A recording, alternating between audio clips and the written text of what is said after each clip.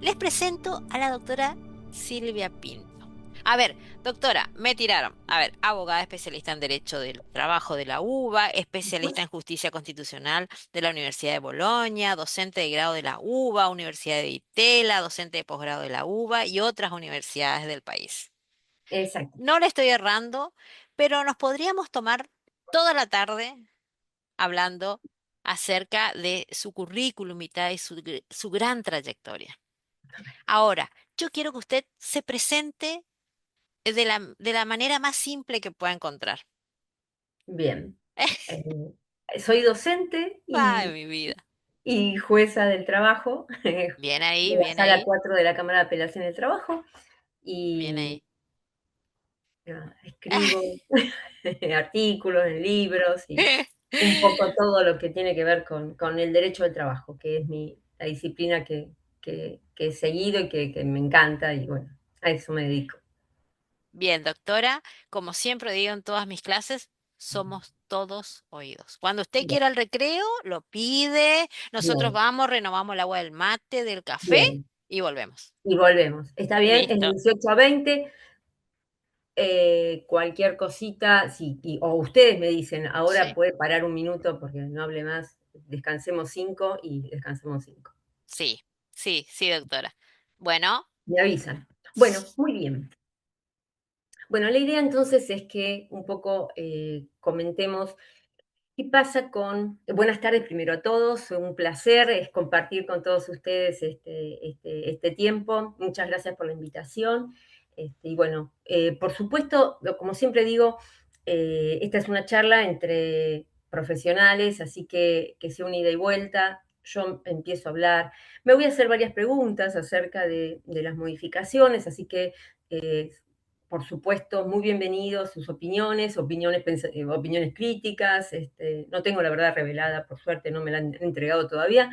Así que cualquier diferencias, opiniones, experiencias desde lo profesional, piensen que yo hablo desde un lugar también, porque soy docente, pero además trabajo en la justicia y entonces muchas veces como profesionales del derecho que ejercen la profesión pueden aportar otra mirada que es muy interesante también y compartámosla entonces que sea una ida y vuelta, esto quiero decir, ¿sí? Así que pueden, no son interrupciones, sino que aportan y que enriquecen esta charla que vamos a tener. Bueno, dicho esto, yo les decía que vamos a hablar del tema de la jornada y de los descansos. Particularmente en este caso en función de las modificaciones que se incorporaron recientemente, pero justo son dos institutos que en particular a mí me interesan mucho, porque siempre digo que este, son dos de las condiciones más relevantes, las esenciales para cualquier contrato de trabajo, ¿no? Recordemos que el tema de la jornada es, todo lo que esté vinculado con la limitación del tiempo de trabajo, ha sido durante, digamos, lo que dio lugar a las primeras leyes en materia de derecho del trabajo. Brevemente, si recordamos, si buceamos en la historia e intentamos rescatar las primeras normas que dieron lugar a lo que hoy conocemos como derecho del trabajo, nuestra disciplina, vamos a ver que tienen que ver con la jornada. En 1847, en 1848, en Inglaterra y Francia, por primera vez se regula y se impone un límite a la autonomía de la voluntad, disponiendo 10 horas como máximo. Porque el gran tema eternamente fue la duración, ¿no?, de la jornada de trabajo. Esas jornadas excesivas de sol a sol, esa necesidad de que las personas trabajen cuando no había norma, se extendía, que después a partir del momento de la energía eléctrica, por supuesto, se extendieron hasta 16 horas diarias, desapareció el descanso semanal, este descanso hebdomadario, y en ese contexto de vulnerabilidad de las personas que trabajaban, eh, claramente empezaron las primeras manifestaciones, luchas, que dio lugar finalmente al nacimiento del derecho del trabajo. Pero si ustedes hacen un raconto, si una búsqueda en los distintos países del mundo, van a ver que las primeras leyes tienen que ver con jornada y con descanso. Es decir, el tiempo de trabajo ha sido uno de los aspectos más relevantes, más vulnerados, cuando no había norma, y más relevantes a los efectos del nacimiento del derecho del trabajo. Es más, si se fijan, los primeros convenios de la OIT, el convenio 1, el primer convenio que se firma, que se aprueba de la Organización Internacional del Trabajo allá por 1919, es el convenio sobre jornada de trabajo, es la limitación de la jornada de trabajo para los trabajadores de la industria. Eh, al poquito tiempo, en 1930, se aprueba el convenio 30, ¿no?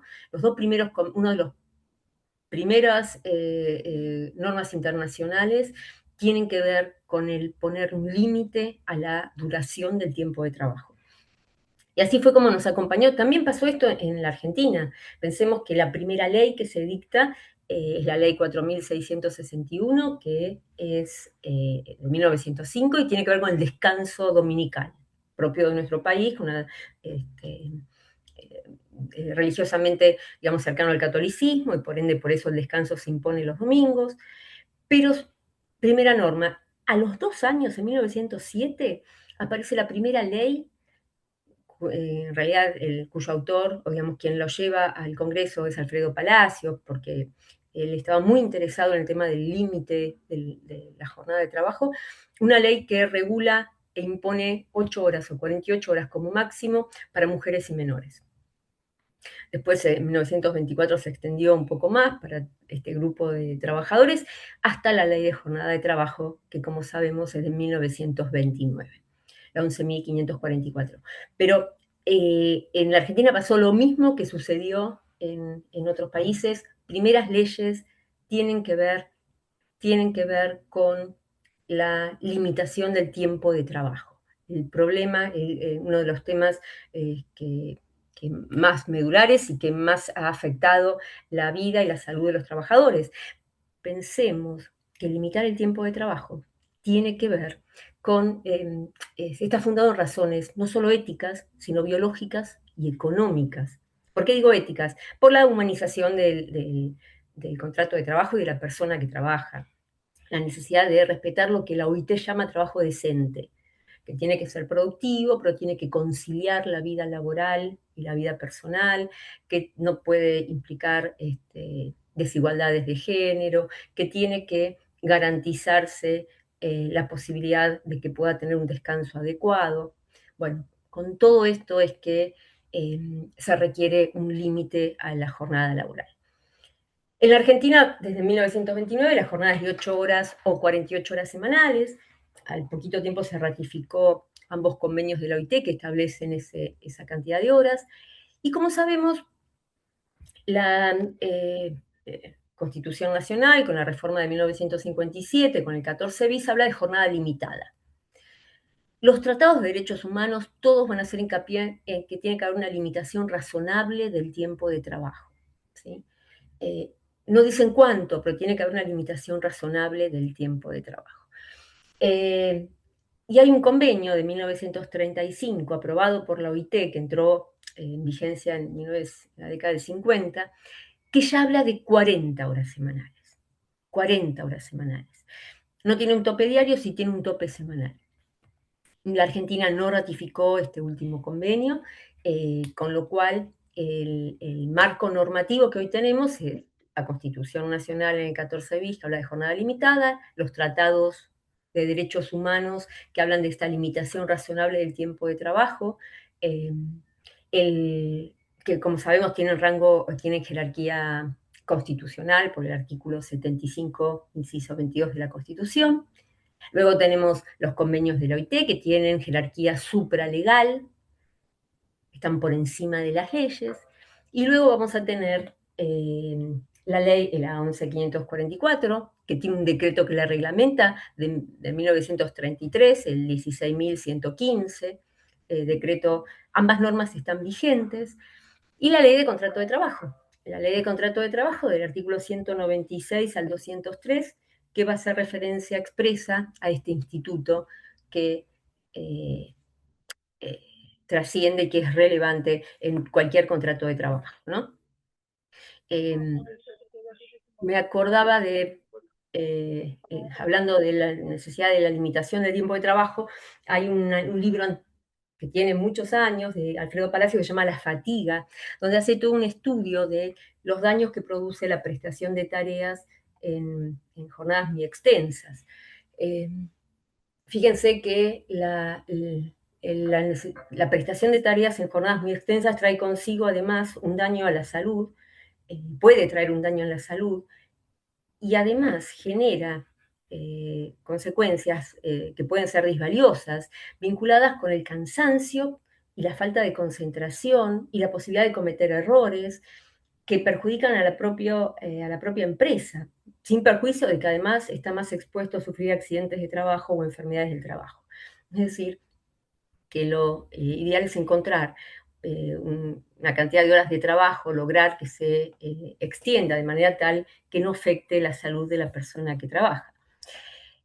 Bueno, en este contexto entonces en Argentina tenemos desde 1929, una jornada de 8 horas o 48 horas semanales.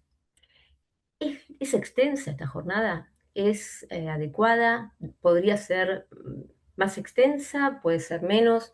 En verdad, si hacemos un cotejo y comparamos nuestra jornada con muchos países, los países europeos y algunos países de Latinoamérica, vamos a ver que nos estamos quedando atrás, porque el promedio de la jornada de trabajo en los países de Europa es de 40 horas semanales, acorde con el convenio 47 de la OIT. Y en Latinoamérica vamos a observar que varios países han ido disminuyendo la jornada de trabajo. De manera tal que, para darles un ejemplo más reciente, es el caso de Chile. Chile hace 3 años dictó una ley que reduce la jornada de trabajo a 40 horas semanales. Lo interesante es que lo que hace Chile en este caso es seguir una recomendación de la OIT, que es la 116, que prevé la posibilidad de reducir la jornada de trabajo sin afectación del salario. Pero para esto da dos propuestas. Una es que se vaya reduciendo de manera progresiva, pero lenta, a lo largo del tiempo. Es decir, no de un día para otro, ni de un año para otro, sino a lo largo de 3 años, 4 años, se va reduciendo 1 o 2 horas la jornada. Y otra es hacerlo sobre determinadas actividades en las cuales sea posible la reducción de la jornada sin afectación del salario y sin que afecte tampoco la productividad.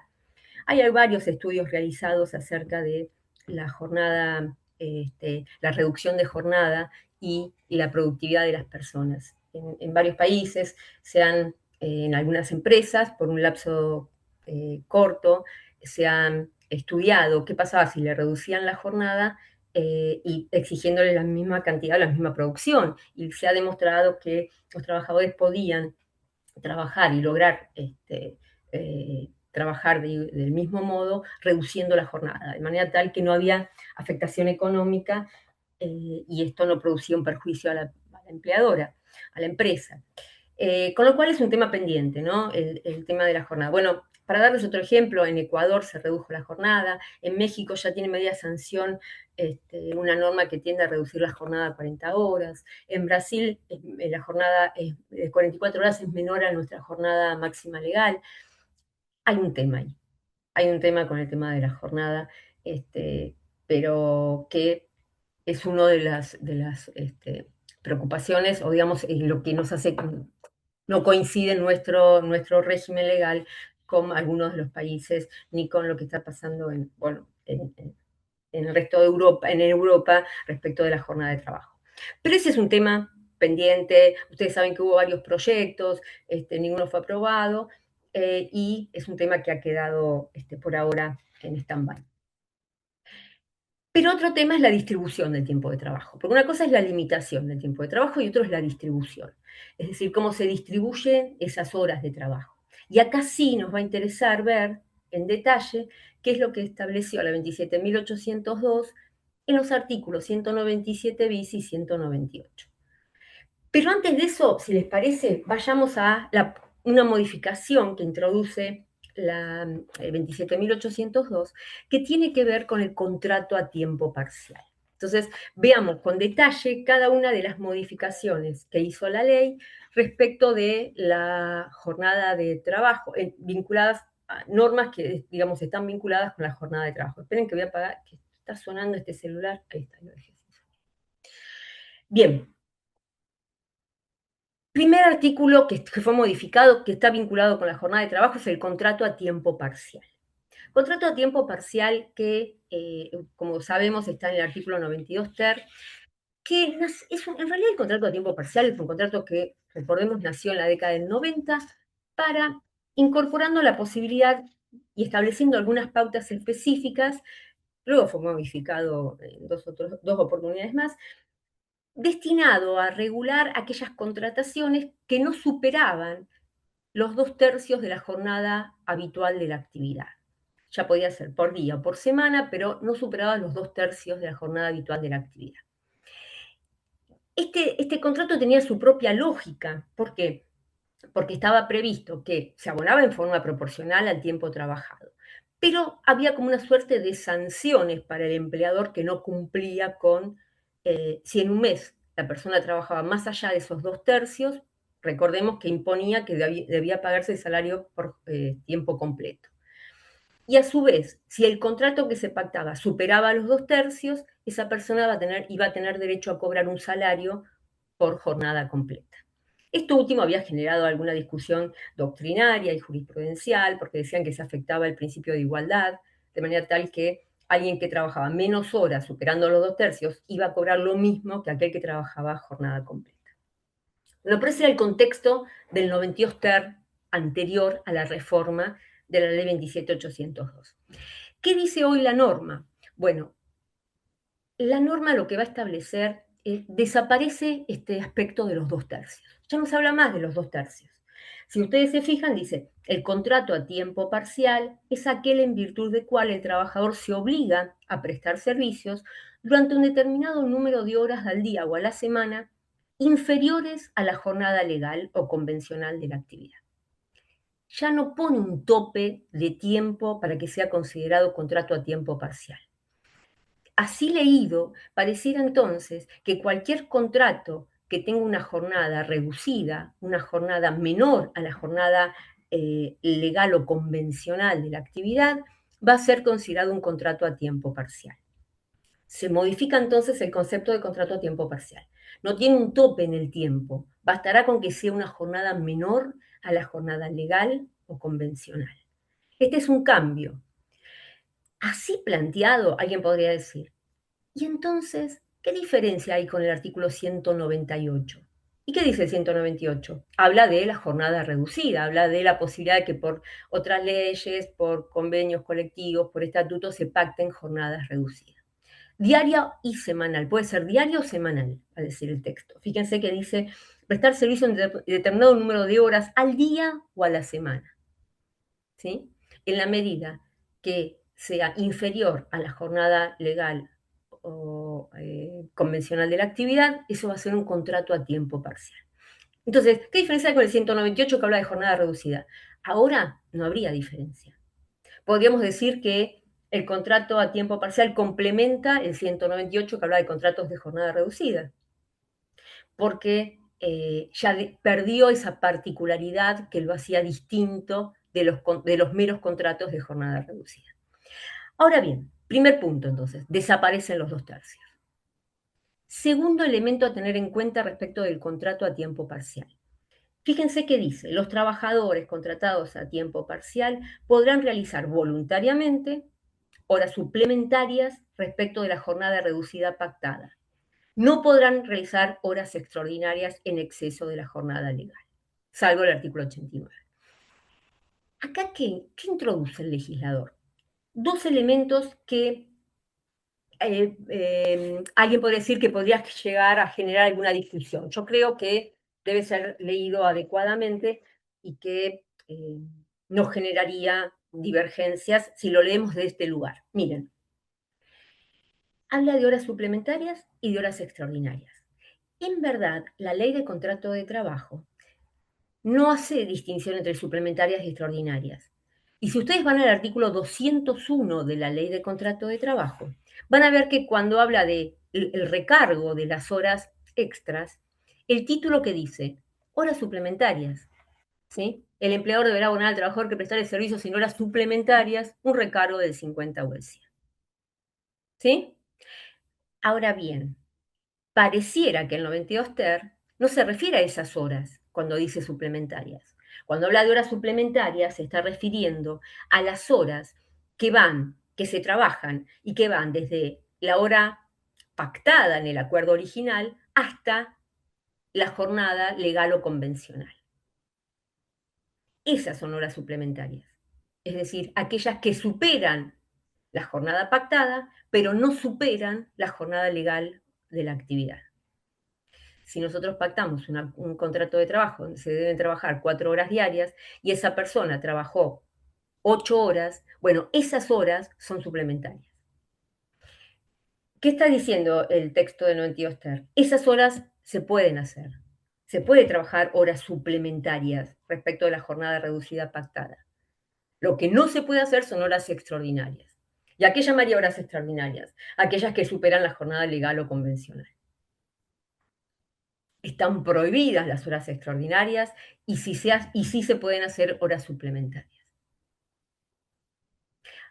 Ahora planteémonos otra cosa. ¿Qué pasa con estas horas suplementarias? ¿Cómo se abonan? ¿Como simple o con recargo?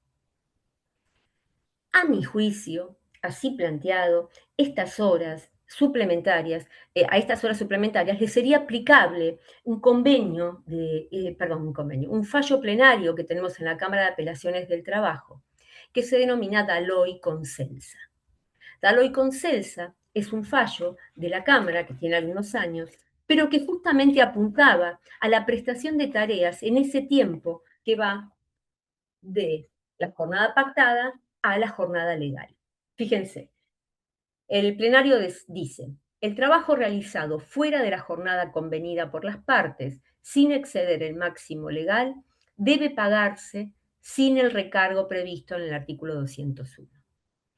Es decir, de seguir la tesis de Daloy Concelsa, este plenario es antiguo, es de 1981, de seguir las pautas de este plenario, las horas suplementarias a las que está permitido que trabaje la persona trabajadora deben ser abonadas sin recargo, sin el recargo del 201, sin el 50 o el 100%, como hora simple. Ahora, sí, lo que está prohibido es que trabaje más allá de esa cantidad de horas. ¿Por qué? Porque las horas extraordinarias están prohibidas. Alguien podría decirme, ¿y si hace horas extras igual? ¿Si hace horas extraordinarias? ¿Si trabaja más allá de la jornada legal? ¿Cómo se abonan? Bueno, en ese caso, a mi juicio, esas horas tienen que abonarse con el recargo del 50 o el 100. Aunque debo decirles que van a encontrar doctrina que sostiene que se trataría de horas que estaban prohibidas y que por ende dice sería una ilicitud contractual y por ende no podrían abonarse con recargo, sino como hora simple también.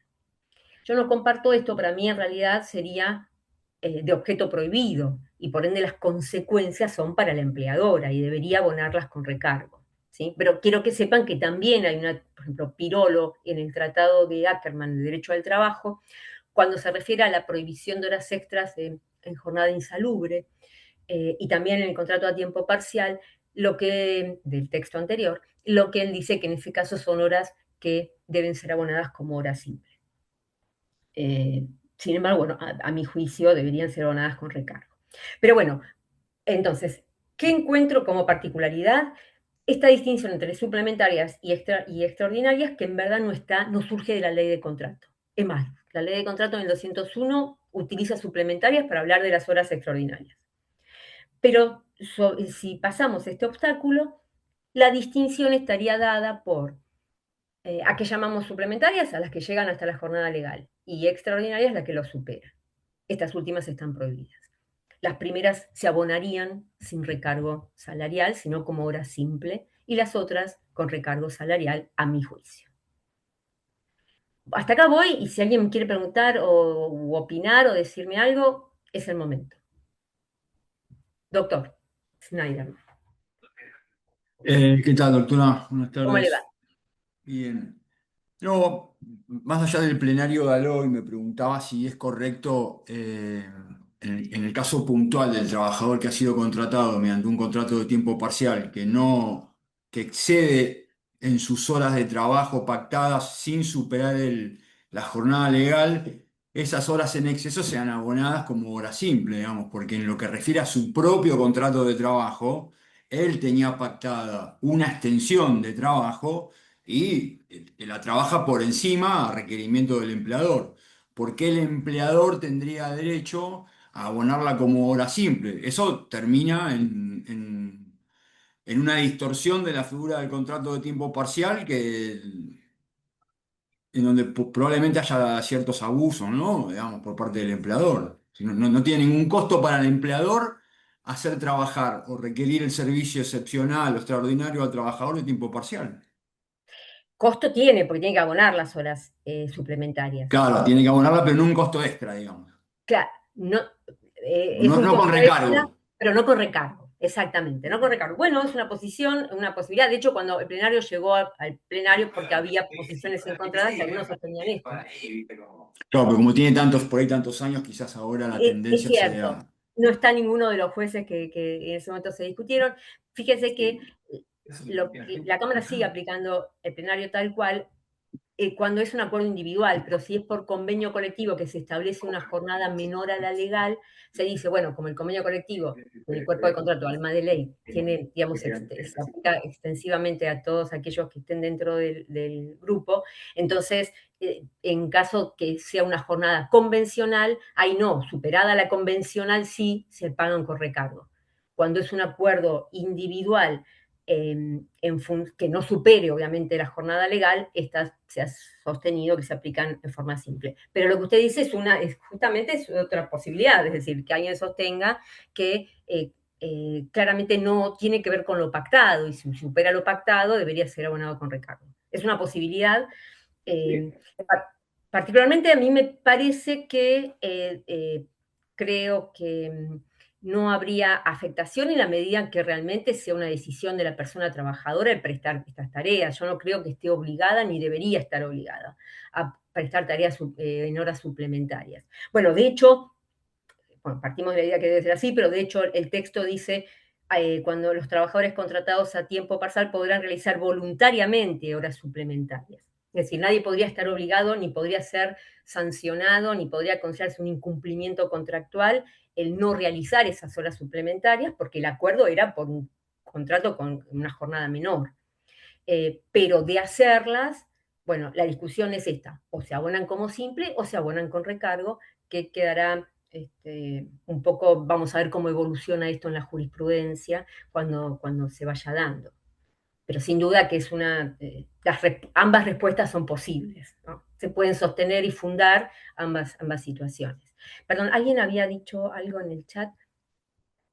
No sé si lo vi. Sería aplicar el banco de horas a este tipo de contratos. Bueno, ahora vamos a ir al banco de horas. Déjame que después nos metemos con el banco de horas. Prometo que lo vamos a hacer en un ratito. Em, ¿Qué pasa con el salario? Bueno, acá el salario es igual, se paga en forma proporcional al tiempo trabajado, es decir, a la cantidad de horas trabajadas. Esto ya estaba antes, igual que el tema de los aportes y las contribuciones a la obra social, se mantiene, y en el caso, y al sistema previsional, que eso se hace de forma proporcional, la obra social como jornada completa, y la intención de que los convenios colectivos tiendan puedan establecer pautas para favorecer o darle prioridad a las personas que trabajan en contrato a tiempo parcial para que sean designadas en contratos a jornada completa. Ahí eso sigue tal cual, así que no pasemos, si quieren, al artículo 197 bis, que ahí sí tiene que ver con el tema del banco de horas. Y ahora, entonces, vamos a ver los puntos. Bien, si ustedes leen el 197 bis, dice, sustituyes el artículo 197 bis. Y uno dice, pero ¿por qué? Si antes no había un 197 bis, ¿por qué sustitúyese? No, en realidad es porque la primera vez que se habló de un 197 bis es en el decreto de necesidad y urgencia 70 del 2023. Ahí se incorpora el 197 bis, que era distinto al que está acá. Pero bueno, ahí se incorpora por primera vez. Lo que pasa es que, bueno, como sabemos, está suspendido ese decreto y está en este momento, sigue en la Corte Suprema. Pero ahora está sustituido ese artículo, así que tampoco es relevante en ese aspecto del 70. ¿Por qué? Porque ahora se lo cambió al texto. Ahora, este es uno de los artículos que a mí más, digamos, que más cuestiono, critico, por su redacción, más allá de que después nos vamos a meter en el contenido. Pero, ¿por qué digo esto? Porque si ustedes leen este artículo, yo los invito a leerlo con detalle, a ver si les pasa lo mismo que a mí, que me genera muchas dudas por la forma en que está redactado. Porque, si ustedes se fijan, es bastante confuso y creo que me parece que se han ido incorporando, sacando, poniendo cosas hasta último momento y quedó este Frankenstein que a mí me parece este, confuso, por llamarlo de algún modo. Bien, fíjense que dice, el empleador y el trabajador podrán acordar voluntariamente un régimen de compensación de horas extraordinarias de trabajo. Bueno, acá estamos hablando ya de una disponibilidad individual, ¿no? Las partes voluntariamente pueden acordar un régimen de compensación de horas extraordinarias de trabajo, el cual tiene que hacerse por escrito, deberá efectuarse los controles adecuados, tiene que surgir claramente que es voluntario. Punto seguido. Entonces voy de nuevo. Podrán acordar un sistema de régimen de compensación de horas extraordinarias. A tal efecto, se podrán disponer de un régimen de horas extras, coma, banco de horas, coma, francos compensatorios, comas, entre otros institutos relativos a la jornada laboral. O sea, pareciera que se puede acordar un régimen de compensación de horas extras y a tal efecto se podrá disponer de un régimen de horas extras. Ay, no entiendo, es como quedó un poco confuso. Si a mí me preguntan, lo que quiso decir el legislador es que pareciera, ¿no? Es lo que interpreto, que las partes pueden acordar en forma individual, también lo va a poder hacer a través de la representación sindical de la empresa, pero también en forma individual podrá compensar las horas extras a través de un sistema de banco de horas, francos compensatorios u otros institutos. Quizás está diciendo esto. Lo de otros institutos relativos a la jornada laboral es un etcétera. La verdad que como técnica legislativa no es buena, porque dice, usted puede compensarlo, entre otros, con las horas extras con cualquier otro instituto relativos a la jornada. ¿A qué se refiere? ¿Qué instituto? ¿De qué está hablando? No sé. Si interpretamos que lo que está diciendo es que las partes en forma individual, por escrito, pueden establecer la forma en que compensan las horas extras, por ejemplo, a través de un franco compensatorio o de un banco de horas, bueno, veamos qué es esto del banco de horas.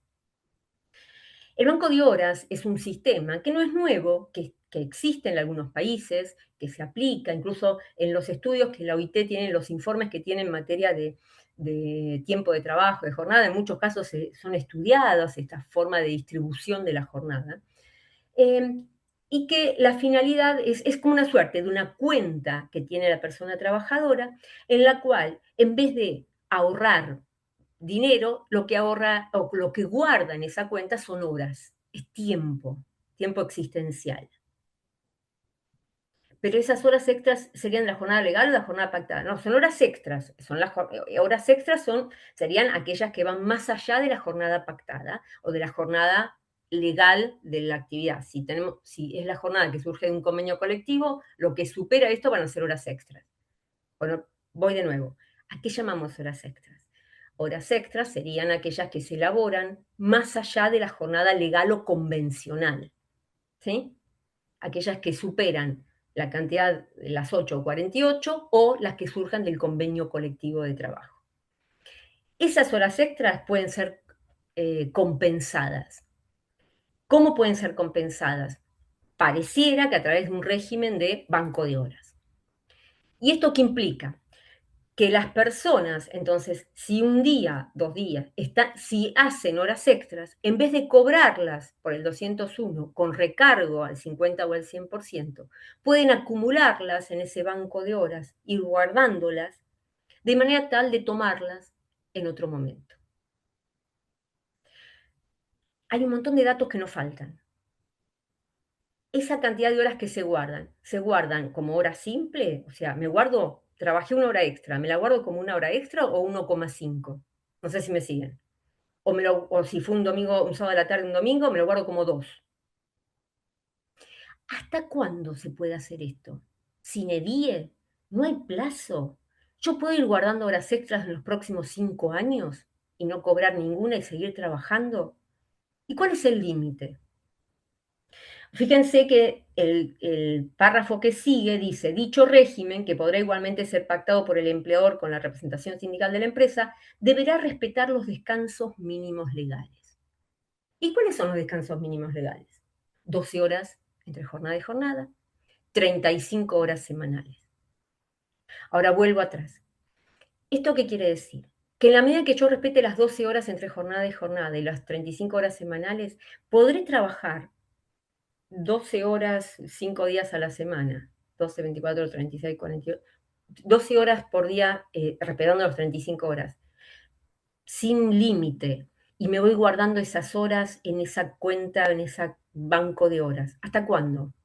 ¿5 años? ¿3 años? ¿Y si me despiden? ¿Qué pasa con estas horas?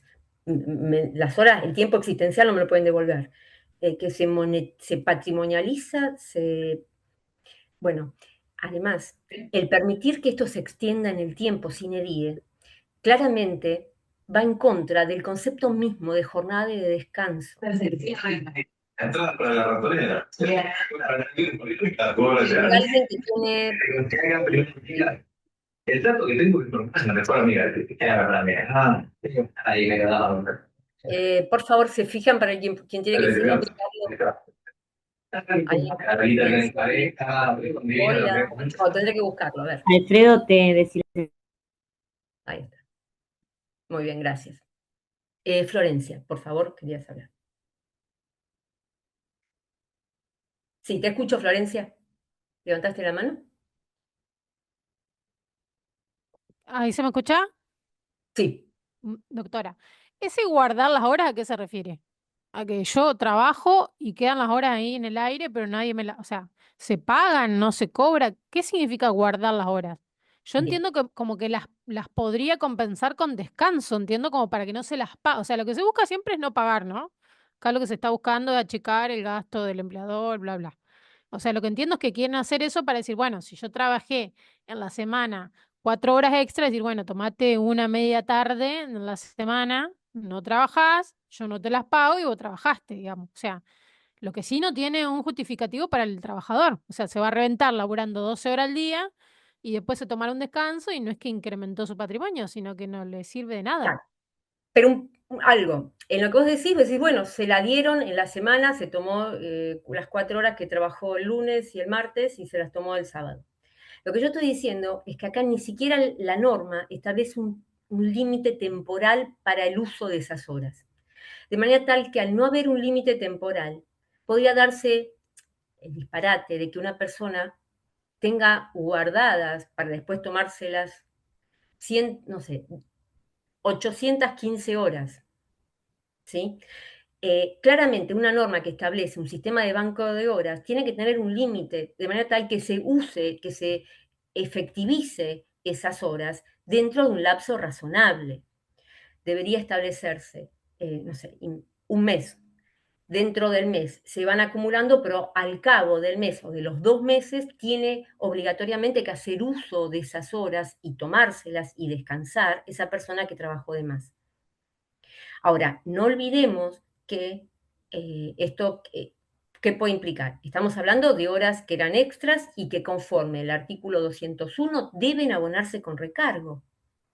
Si deben abonarse con recargo, ¿pueden las partes individuales, a través de un acuerdo por escrito, dejar de lado una norma que forma parte del orden público laboral, conforme al artículo 12 de la Ley de Contrato de Trabajo? ¿Esto implica una renuncia a un derecho, a una norma de orden público laboral o no? Es decir, acá entra a jugar entonces una duda. Primero, ¿es posible la disponibilidad individual? Que las partes, que el trabajador dé esto a cambio de, en este caso sería, renunciar a la percepción de la hora extra a cambio de un franco o de Bueno, una... le podría servir si es que hace una cantidad yo entiendo, no lo voy pensando mientras está hablando. Yo entiendo que le podría servir a alguien si hace tanta cantidad de horas extras, no obviamente humanas posible, que en ese tiempo que no trabaje tenga otro trabajo, porque ¿de qué le va a servir estar tantas horas en un trabajo? Está bien, se tomará su descanso, pero bueno, quizás puede conseguirse otro trabajo de, suponte, completa 2 días y en esos 2 días hace otra cosa. Como para decir, bueno, Bueno, trabajo otra más cosa. allá de que esa ¿Entendés? persona puede colapsar, porque estuvo trabajando, se dijimos, 12 horas y además tenga que seguir trabajando y nunca descanse, nunca se tome esas horas que fue guardándose en ese banco de horas, ¿verdad? Pareciera que esto va en contra de la naturaleza misma del instituto de limitación de la jornada de trabajo y de la obligación del descanso. Ay, doctor Snyder. Eh, es cierto que un pacto en ese sentido, sin un artículo 197 bis, pareciera ser que no podría pasar el test de mínimo de control judicial, ¿verdad? Porque efectivamente hay una violación del orden público. El problema es que forma parte de ese plexo normativo el artículo 197 bis, que en todo caso habrá que pensar en su inconstitucionalidad, pero no es que carece de fuente normativa en la ley de contrato de trabajo la posibilidad de que un trabajador y su empleador voluntariamente, y uso las comillas a propósito, puedan pactar o formular un acuerdo en el que el trabajador vaya acumulando sin ningún límite horas extraordinarias que eventualmente puede perder, ya sea porque puede fallecer el trabajador y después cómo se liquida eso, cómo los derechos. Pierde en materia de remuneraciones y de todas las remuneraciones que se conforman con haberes remunerativos, pierde en aportes, digamos, pero lo cierto es que el 197 está, el 197 bis. Entonces, habrá que, bueno, invalidarlo constitucionalmente porque colisiona contra un valor superior, el orden público, la salud, la disponibilidad, la vida en relación, en fin, una serie de cosas que hacen, ¿no? Quiero Exacto, decir, ¿sí? Ahora, alguien podría decir, bueno, esperen, porque ahora vamos, Florencia. Alguien podría decir, pero esperen, tenemos que ver primero si se llegan a hacer estos acuerdos individuales y después los términos de esos acuerdos individuales. ¿En qué términos se van a compensar estas horas extras? ¿De qué forma? Porque acá lo que hace el artículo, vieron que dice, se podrá disponer de un régimen, a los efectos de compensar, se podrá disponer de un régimen de horas extras, o sea, un régimen distinto de horas extras, ¿será? O podría ser banco de horas, francos compensatorios, que son, los francos compensatorios son propios del descanso semanal, ¿no? Pero bueno, están metidos acá. Entonces, habría que leer los términos de ese acuerdo individual que celebran las partes para saber si esto implica una violación al principio, por ejemplo, de irrenunciabilidad, ¿no? Vamos, Florencia, y después leo lo del... Sí, ¿eso lo van a tener que implementar por escrito o porque... Por escrito. La ley claro, exige que sea por claro, escrito. porque si no Es después es más, un problema de prueba es en el fundamental que juicio. sea por escrito. Este, acá dicen, la gente se guardaría horas para tomarse los fines largos, agregar días a sus vacaciones, la gente ve otro tipo de beneficios en este banco de horas. Bien, es posible. También sepamos que la facultad de organización y dirección la tiene la empleadora y es quien define el otorgamiento de los, en este caso, del momento en que se van a tomar estos francos, salvo que expresamente, por eso digo que es muy importante los términos de ese acuerdo individual, porque hay que ver cómo se redactó, porque si queda librado a la empleadora determinar cuándo le va a dar esos días, entonces es posible que o que no se animen las personas trabajadoras a reclamar esos días, si se va para esos días, esas horas que tiene el banco de horas para tomárselo. Ayer en una charla de posgrado había alguien que estaba hablando de un convenio donde estaba establecido ya el banco de horas y decía eso, que muchos no lo usan, lo tienen guardado porque cuando van a pedirlo dicen, bueno, por razones funcionales no se le puede otorgar ahora, etcétera. O sea que esto debería estar previsto. En realidad, a mi juicio, debería estar previsto en la norma. Pero si no está previsto en la norma, al menos que en los acuerdos individuales que se hagan, que tengan los límites que tiene la empleadora, los efectos del otorgamiento de esos días, los límites en el tiempo, no podría ser sine die. Es decir, creo que hay muchas cosas para modificar o mejorar porque en sí no es que es malo el banco de horas. Yo no estoy diciendo que espanto el banco de horas, porque es posible que en algunos aspectos pueda servirle, a mi juicio, en un régimen con jornada menor a la nuestra. Pero bueno, supongamos que pueda ser válido para aquellas personas que quieren, es una forma de acumular para sumarlo al descanso que tenga. Ahora hay que garantizarle que pueda tomársela con esos descansos. Y hay que garantizar que pueda tomárselos en tiempos cercanos e incluso ponerle un límite a la propia trabajador de no poder guardarse 500 horas porque quiere irse, no sé, de mochilero al Machu Picchu, 15 días, porque hay también acá juega, recordemos, los límites de las normas de orden público y la obligación del respeto de los descansos y la limitación de la jornada.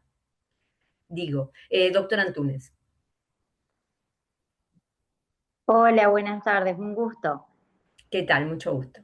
Trabajo en el Poder Judicial, soy de la provincia de Misiones y para poder entender de alguna manera este sistema, es como que lo comparo con nosotros cuando tenemos que trabajar por necesidad en vacaciones, ¿sí? Y después tenemos una especie de compensación de esas licencias donde ya hay una reglamentación también estipulada de con cuántos días de anticipación tenemos que solicitar, qué días queremos tomarnos, qué día queremos compensar.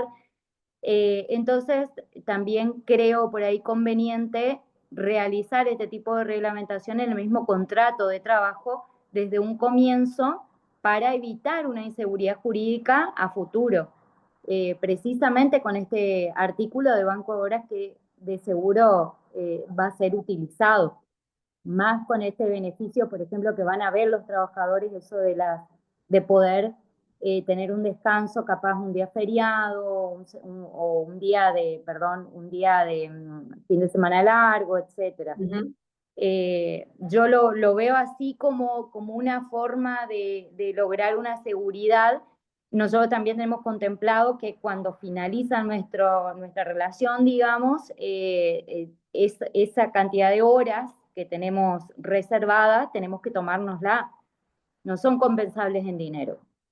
Entonces, creo que de alguna manera podría, yo lo entendí así, como lo relacioné de esa manera, que podría ser una solución para evitar que conflictos el día de mañana.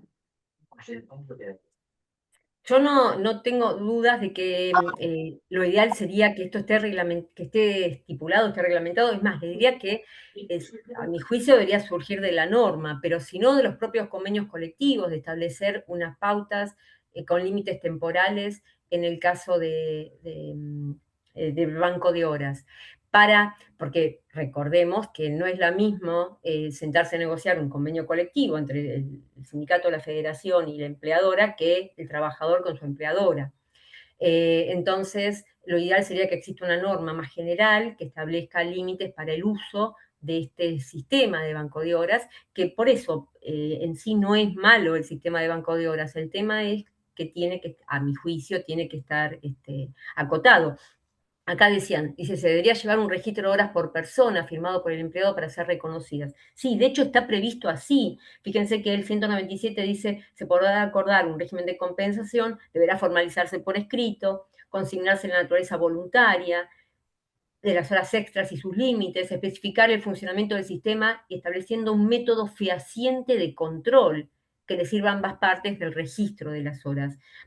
Por eso acá no está en discusión de que le van a reconocer, de que estén, digamos, que se reconozcan o se guarden esas horas de trabajo en ese banco de horas, porque eso de hecho está previsto. El tema es cuándo se toman, cómo se toman, qué pasa con la extinción del contrato, si no puede ser sine die, bueno, un poco todo esto que a mi juicio debería estar regulado. Doctor Barrientos. Ahí recién usted lo dijo. Yo creo que la única forma de salvaguardar al trabajador es que cuando se hace el escrito, que quede bien en claro, tanta hora puedo acumular y tal día me voy a tomar. Es la única forma de resguardar al trabajador, porque como usted dice, es muy ambiguo, no, es muy vago, no, la redacción, y el trabajador tiene que decir, yo no tengo problema hacerte banco de horas, pero tal día me voy a tomar. Y si mi empleador me autoriza, ahí estamos, porque dice que hay acuerdo entre las partes. Bueno, doctor Schneiderman. Yo no me acuerdo por ahí, seguramente usted, doctora, se acuerda, pero el decreto 70 establecía el banco de horas, pero únicamente a través de una negociación colectiva, si no Sí, recuerdo mal. El problema ahora es la debilidad de la posición, recién lo mencionó, de la negociación exactamente. del trabajador individual. No hay ninguna garantía y además los contratos de trabajo en el ámbito privado no se hacen, digamos, el propio artículo 46, 44 de la LST simplemente exige una pequeña, tener claro cuál es la prestación y el salario, lo demás no se pacta.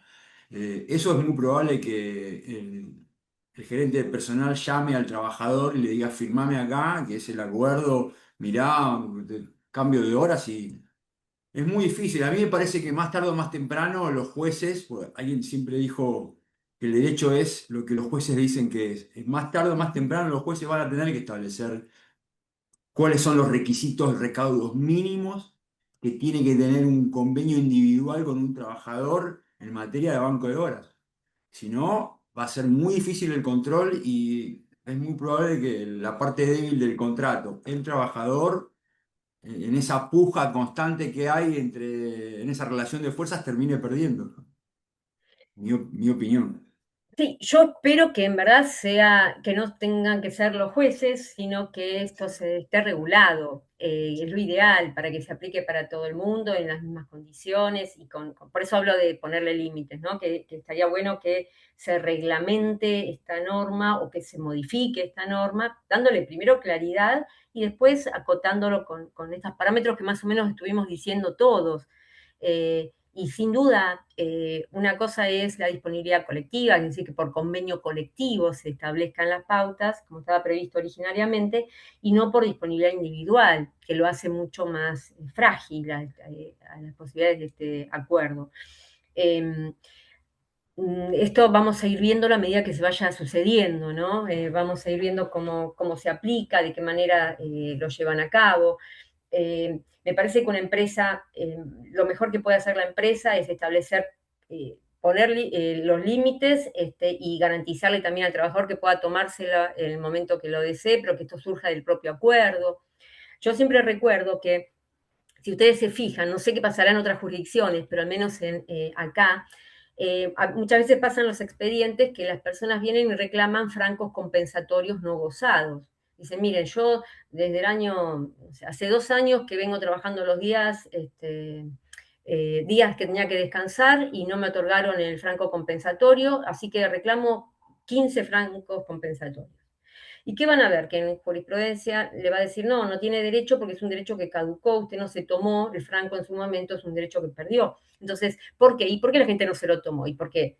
La ley dice, bueno, podés tomártelo avisándole al empleador. ¿Quién se anima a avisarle al empleador que 48 horas antes se va a tomar el franco compensatorio sin generar un conflicto? O en algún caso podrá ser que no genere conflicto, pero digamos que a ningún empleador le va a gustar recibir un telegrama diciéndole, mira que el miércoles me tomo el franco. Bueno, esas situaciones de vulnerabilidad pueden hacer que pueda verse afectado el uso efectivo de los días del tiempo de descanso, en el caso de los bancos de horas, si no está regulado de antemano o por la ley o por un convenio colectivo. Entonces, lo que digo es que lo ideal sería reglamentarlo, porque en estos términos por lo menos va a traer conflictos judiciales e interpretativos, ¿no? Eso es lo que creo. Bueno, ¿dejamos el banco de horas? Recuerden que habla de disponibilidad individual, pero que en el segundo párrafo prevé también que puede ser pactado con la representación sindical en la empresa. El empleador puede pactar esto también con la representación sindical en la empresa, con lo cual ahí deja abierto, obviamente que lo baja a representación sindical de la empresa, no está hablando del sindicato de actividad, pero ahí debería es más general y ahí podrían establecerse pautas generales. Ahora, todo tiene que ser analizado a la luz del último renglón que tiene el 197 bis, que dice que este régimen debe asegurar en todo momento la protección, beneficio e interés del trabajador. Es decir, esto también debe ser tenido en cuenta en el texto, que el propio texto hace referencia a la necesidad de proteger el beneficio del trabajador. Bien, ¿alguien más quiere comentar algo del banco de horas? Pasamos al 198. Bien, pasemos al artículo que sigue. Otro artículo que se modificó es el artículo 198 de la Ley de Contrato de Trabajo, que es el título. ¿Cuál es el título de este artículo? Jornada reducida. Este artículo se refiere a aquellas fuentes del derecho que permiten, a aquellas fuentes en las cuales se puede reducir la jornada. Esto lo sabemos, como dijimos hace un ratito, bueno, la jornada puede reducirse, puede celebrarse un contrato de trabajo que tenga una jornada menor a la legal, ya sea porque surge de una ley especial, ya sea porque surge del convenio colectivo o del acuerdo de partes. Fíjense, como decía el artículo antes, dice la reducción de la jornada, esto está igual, puede reducirse cuando lo establezcan las leyes o los contratos individuales o los convenios colectivos de trabajo. ¿Sí? Punto. Esto estoy hablando del texto anterior. Ahí había un punto seguido. Y decía, estos últimos podrán establecer métodos de cálculo de la jornada máxima en base a promedio. Que ahora lo vamos a ver, que son las llamadas jornadas promedio, que lo tenemos desde la década del 90. Cuando decía estos últimos se refería a los convenios colectivos, ¿no? Los convenios colectivos de trabajo podían establecer métodos de cálculo de la jornada máxima en base a promedio, de acuerdo a las características de la actividad, las llamadas jornadas promedio. Ahora vamos a explicar qué es eso, pero antes quiero hacer hincapié en esto. ¿Qué dice el texto hoy? Todo tal cual como antes, que la reducción podrá establecerse por leyes, por contratos individuales, convenios colectivos y acá agrega esto, otros acuerdos colectivos celebrados con la representación sindical en la empresa. Como en el texto anterior, está permitiéndole acá, entonces, que la representación sindical de la empresa también puede establecer jornadas reducidas. Todo bien. Punto. Estos últimos podrán establecer métodos de cálculo. ¿Qué pasó acá? Antes, estos últimos, ¿qué eran? Los convenios colectivos. Entonces, por convenio colectivo se podía establecer un sistema de jornadas promedio. Ahora, estos últimos ya no son los convenios colectivos, sino son los acuerdos colectivos celebrados con la representación sindical en la empresa. Estos acuerdos colectivos celebrados con la representación sindical de la empresa son los que hoy están facultados, como una suerte de disponibilidad colectiva, para prever situaciones de jornadas promedio. ¿Qué son las jornadas promedio? Es otra forma de distribución de la jornada legal y que tenemos en la Argentina algunos convenios colectivos que las han aplicado. Lo que implica es que, acá también hay un problema que no se pone límite en el tiempo, pero bueno, que en un tiempo determinado En promedio no se pueden superar las 8 horas o 48 horas semanales, pero se permite la distribución desigual de la jornada durante ese lapso. Entonces, en épocas en que la empresa tiene más actividad, las personas van a trabajar más allá de las 8 horas. Y en épocas que tienen menos actividad, van a trabajar menos de las 8 o 48 horas. Todo ese lapso, el salario no se ve afectado, pero no cobran horas extras. Esto es una jornada promedio, ¿sí?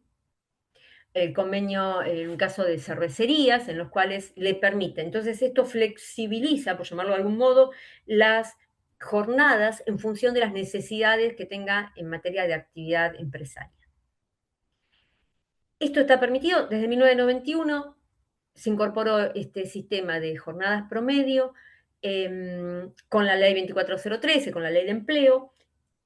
Fue utilizado en pocas oportunidades, pero hay convenios colectivos que lo han aplicado. ¿Sí? No ha traído, la verdad, inconvenientes jurisprudenciales no he visto casi.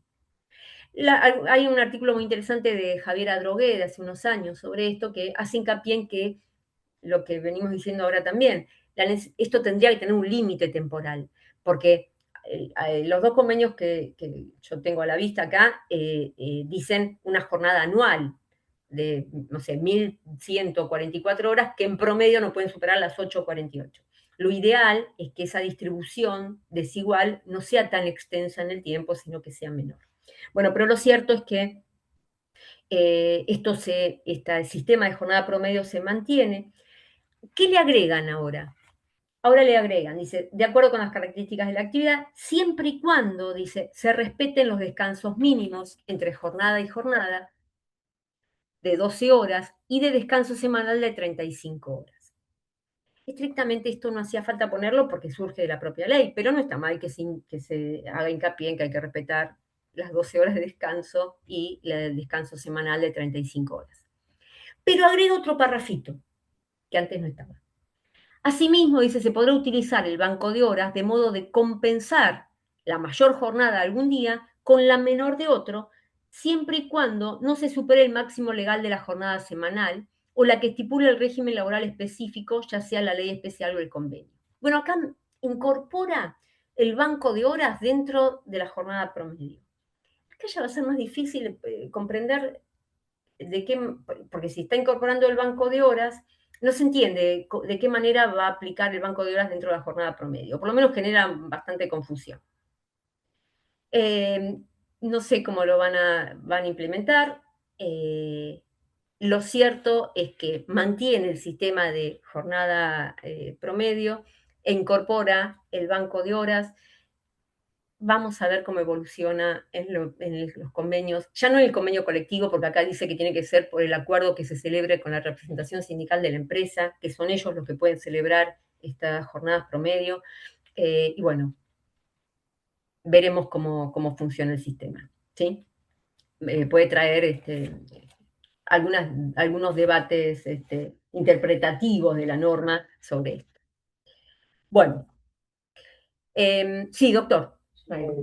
Sí, o sea que en función de la nueva redacción del 198, ya un convenio de actividad no podría regular promedio, solamente un convenio de esa actividad, pero en una empresa puntual. Pareciera, porque quitó las facultades, se las da ahora, fíjense que expresamente se las da a aquel que, a la representación sindical de la empresa, es algo que, veamos que dice, acuerdos colectivos celebrados con la representación sindical en la empresa.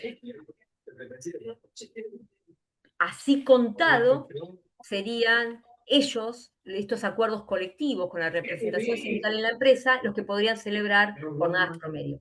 Deja de ser el convenio colectivo de la 14250, digamos.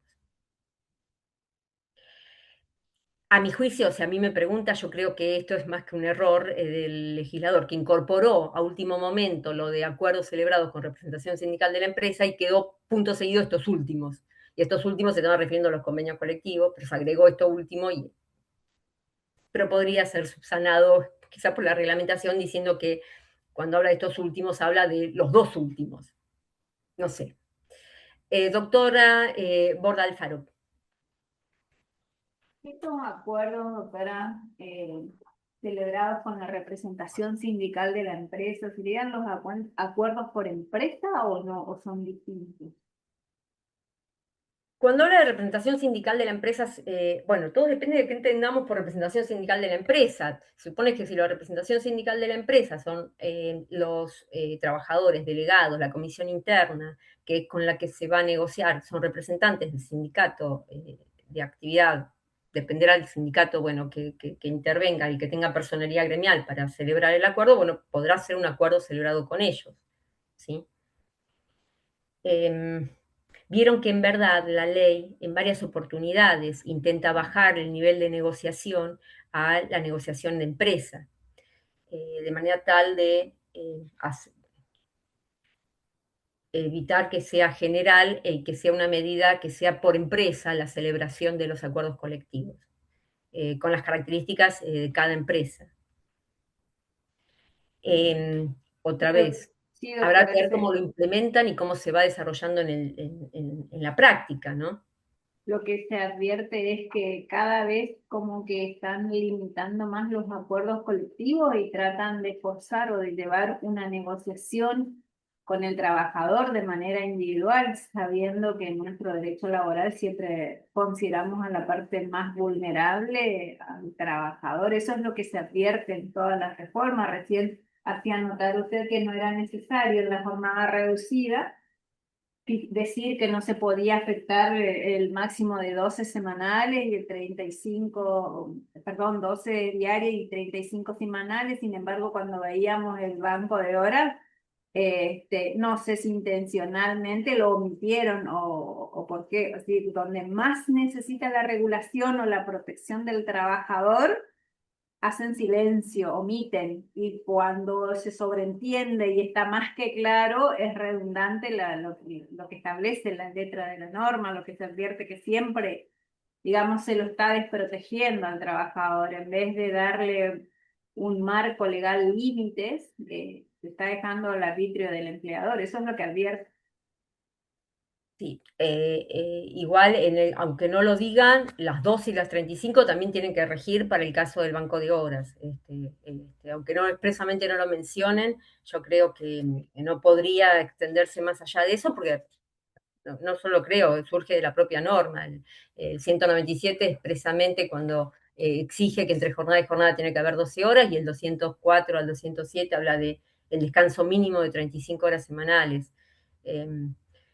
Alguien podría decir, bueno, pero ojo, ¿y cómo habla, cómo juega con los francos compensatorios por la forma en que estaba escrita el 197 bis? Quiero interpretar que en verdad cuando habla de francos compensatorios es que se le suman al franco compensatorio los días que se fueron, las horas que se fueron guardando.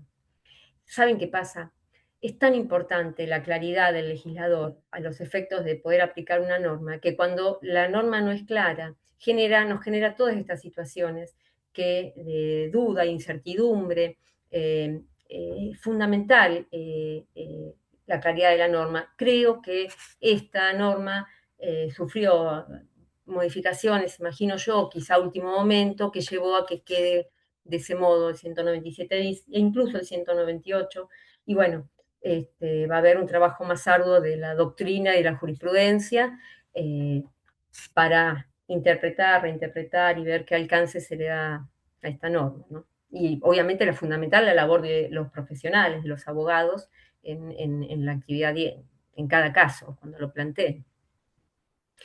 Bien, ¿qué otras modificaciones vamos a encontrar? Ya no en la ley de contrato de trabajo, sino en la ley de jornada. En la 11.544 vamos a ver que en primer lugar lo que va a hacer es modificar el artículo 3 de la 11.544. ¿Y qué decía el artículo 3 de la 11.544? Se refería a los supuestos de excepción a la jornada máxima legal. Recordemos que hay trabajadores que están exceptuados de la jornada máxima legal. Trabajadores que pueden prestar tareas más allá de las 8 horas diarias o 48 horas semanales, ¿no? Si vamos al texto original de la 11.544, van a ver que el inciso A se refería a los empleos de dirección o vigilancia. ¿Y qué traía consigo esto? ¿O qué trajo consigo esto? Y un debate doctrinario y jurisprudencial acerca del alcance de dirección o vigilancia. Entonces estaban aquellos sectores que decían que cuando se habla de dirección o vigilancia nos estamos refiriendo a los cargos jerárquicos, y otros que decían, no, también abarca la dirección o vigilancia subalterna, aquellos que realizan tareas de vigiladores, serenos, etc. Este debate, que si a alguno le interesa, porque le va a interesar, porque le puede servir, hay que ir a los libros antiguos de Derecho del Trabajo, a los tratados clásicos de Viali, Krotoshin, si quieren, Vázquez de Alar, Fernández Madrid. ¿Por qué? Porque, bueno, pero esperen, en su momento, en el año 2010, la ley 26.597 modificó ese inciso que establecía que estaban exceptuados de la jornada máxima legal empleo de dirección o vigilancia. ¿Y qué dijo? ¿Por qué lo cambió? Por directores o gerentes. Entonces, a partir de ahí, ¿quiénes podían trabajar más allá de las 8 horas diarias o 48 horas semanales sin pedir que se le aplique la ley de jornada y las horas extras? Los directores o gerentes. El argumento era que esto apuntaba exclusivamente a los cargos más importantes de la empresa, que no estaban supeditados a una jornada específica, por los beneficios que tiene cualquier persona que desempeña en esos cargos. En su momento también había originado críticas en doctrina, porque decían que estaba acotado nada más que a esos dos cargos y que por ende había cargos jerárquicos, como jefes, supervisores, que no estaban incluidos y que debieron estar incluidos en las excepciones a la jornada máxima legal. O sea, personas que pueden trabajar más allá de la jornada legal. ¿Qué pasó ahora? Volvimos al texto primigenio, al texto originario de la 11.544. Hoy el artículo 3, inciso A, fue modificado y ahora habla expresamente de empleos de dirección o vigilancia, ¿sí? Con lo cual ya no se refiere más a directores o gerentes. ¿Qué va a pasar? Por eso les digo, vuelvan a los textos antiguos, porque en los manuales, tratados antiguos van a encontrar el debate y la jurisprudencia también referida a qué se entiende por empleo, por dirección o vigilancia. Vamos a volver a los que sostienen la tesis de que es amplio el concepto y los que sostienen que debe ser restringido el concepto de empleo, de dirección o vigilancia. ¿Sí? A mi juicio, lo ideal hubiera sido que en todo caso, si consideran que era muy limitado poner nada más que directores o gerentes, es sumar categorías jerárquicas o describirlo de manera tal que quede claro que se refería a los cargos jerárquicos que representaban a la empresa.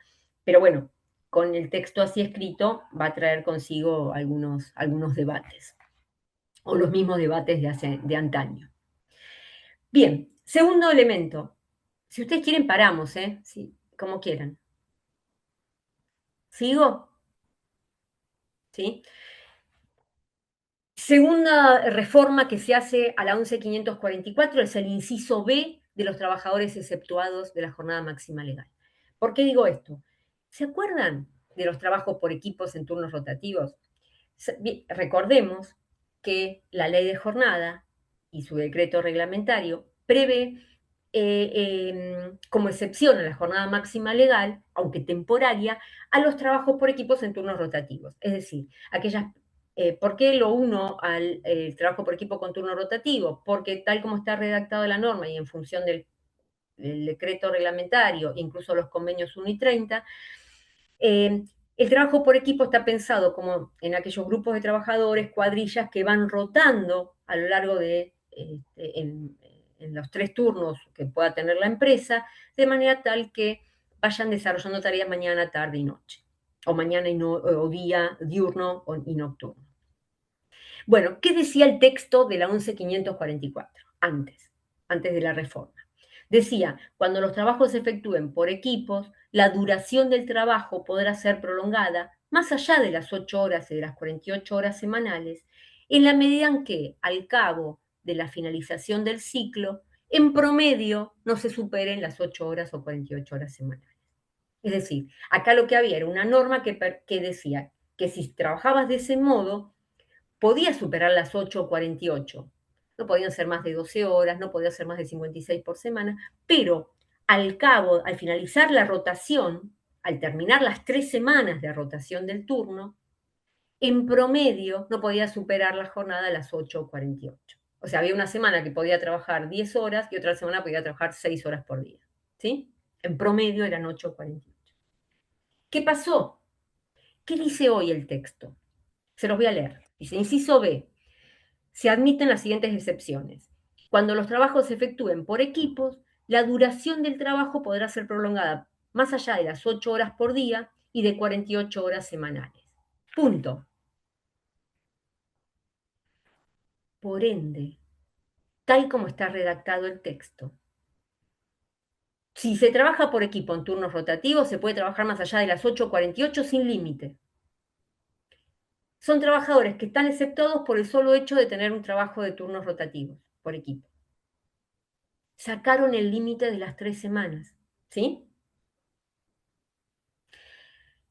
Sin embargo, vamos a ver qué dice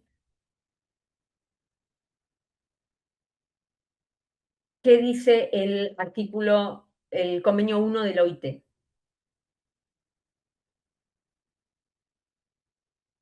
El convenio 1 de la OIT, que fue ratificado por nuestro país, en el artículo 2, inciso C, dice, cuando los que están exceptuados del régimen general, cuando los trabajos se efectúen por equipos, la duración del trabajo podrá sobrepasar las 8 horas o 48 horas semanales y 48 horas semanales, siempre que el promedio de horas de trabajo calculado para un periodo de 3 semanas o un periodo más corto no exceda de 8 horas diarias ni de 48 horas por semana.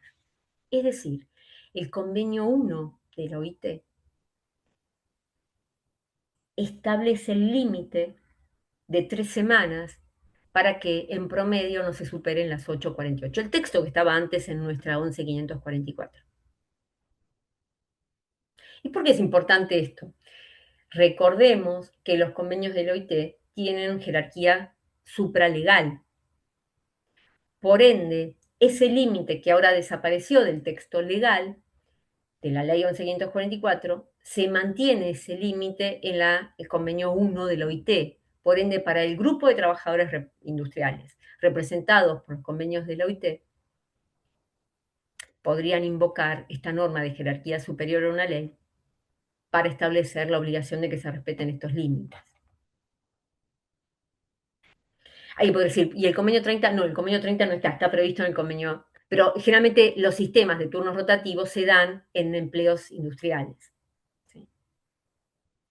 Bueno, digo, como para tener en cuenta es que el convenio 1 de la OIT, ratificado por la Argentina, mantiene el sistema, y sabemos que por el 75, inciso 22, tiene jerarquía supralegal. Bien. Bueno, después el tercer inciso, que son accidentes o trabajos de urgencia, eso se mantuvo tal cual, que están exceptuados de la jornada máxima legal para dar la ayuda extraordinaria. Ahí no hubo modificaciones de la ley 27.802. Otra modificación de la 27.802 en realidad es una derogación. El artículo 6 de la ley de jornada de la 11.544 fue derogado. ¿Y qué decía este artículo 6? Este artículo 6 establecía 3 incisos. Primer inciso, la obligación de la empleadora para facilitar la aplicación de la ley, de hacer conocer, por medio de avisos colocados en lugares visibles del establecimiento, bueno, el horario en que comienza y termina, o sea, la jornada de trabajo. El segundo inciso decía que hacer conocer de la misma manera los descansos acordados durante la jornada y que no se computen en ella. Y el tercer inciso hablaba de inscribir en un registro todas las horas suplementarias de trabajo hechas efectivas. Ahora bien, esta norma está derogada. ¿Sí? La obligación, que incluso era considerada las dos primeras como una obligación leve, ¿no? Como una sanción, perdón, como una infracción leve que podía ser sancionada, está en la ley 25.212, la de Policía de Trabajo. ¿Tiene consecuencias esto? La derogación de esto, ya no está más la obligación. Bueno, pero les cuento que el convenio 1 y el convenio 30, ambos convenios de la OIT, mantienen ese texto. ¿Por qué es esto? Y porque en realidad cuando se dictó la 11.544 se tomó el texto del convenio 1, por eso es que es tan parecido. Bueno, ¿pero qué dice el convenio 1 de la OIT? Dice, con el objeto de facilitar la aplicación de las disposiciones del convenio, cada empleador deberá dar a conocer por medio de carteles ubicados en un sitio visible las horas en que comienza y termina el trabajo, y si es por equipo, las horas en que comienza y termina el trabajo en cada caso. Deberá dar a conocer en la misma forma los descansos concedidos durante la jornada. Y tercero, va a decir, inscribir en un registro, en la forma aprobada por la legislación de cada país o por un reglamento, todas las horas extraordinarias efectuadas de acuerdo a los artículos tanto y tanto. Esto lo dice tanto el convenio 1 como el convenio 30. Desde este lugar, entonces, podemos sostener nuevamente que por lo menos los dos primeros incisos, lo que es de poner en lugares visibles o de informar jornada y descansos, es una obligación que surge de las normas internacionales. El tercer inciso, que es uno que nos interesa en la práctica porque muchas veces se fundan en esto para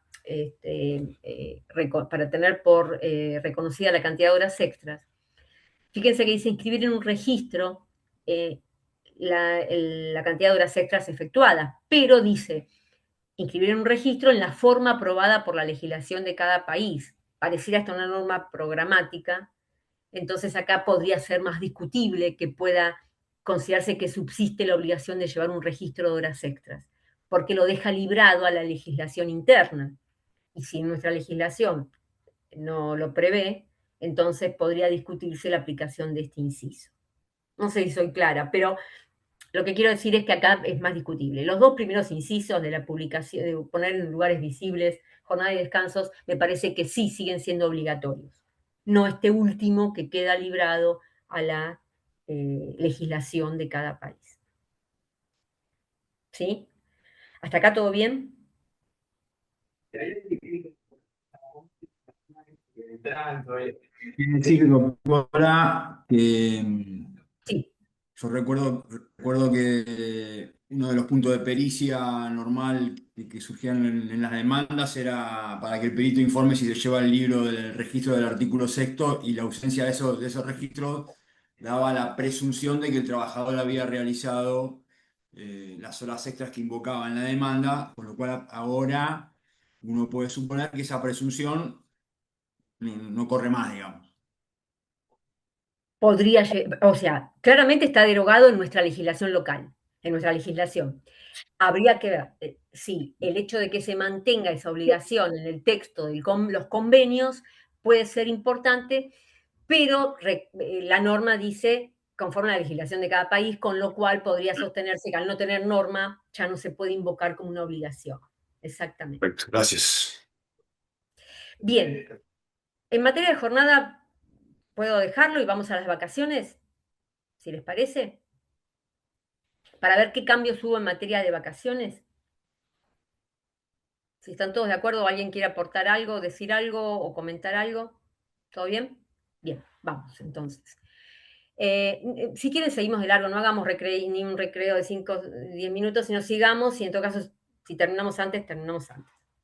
¿Les parece? Bien.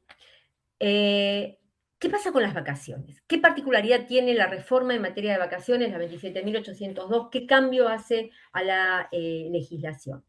En realidad, recordemos que las vacaciones en la Argentina es uno de los últimos derechos reconocidos a nivel mundial, en verdad, que implica es una licencia paga que se otorga una vez al año en función de la antigüedad, que tiene la propia ley de contrato de trabajo, le va poniendo de los artículos 150 a 164, va estableciendo algunas limitaciones a las partes y establece los periodos en que se otorgan, de qué manera se tienen que otorgar, el pago previo, la forma de cálculo, la imposibilidad de que sean compensables en dinero.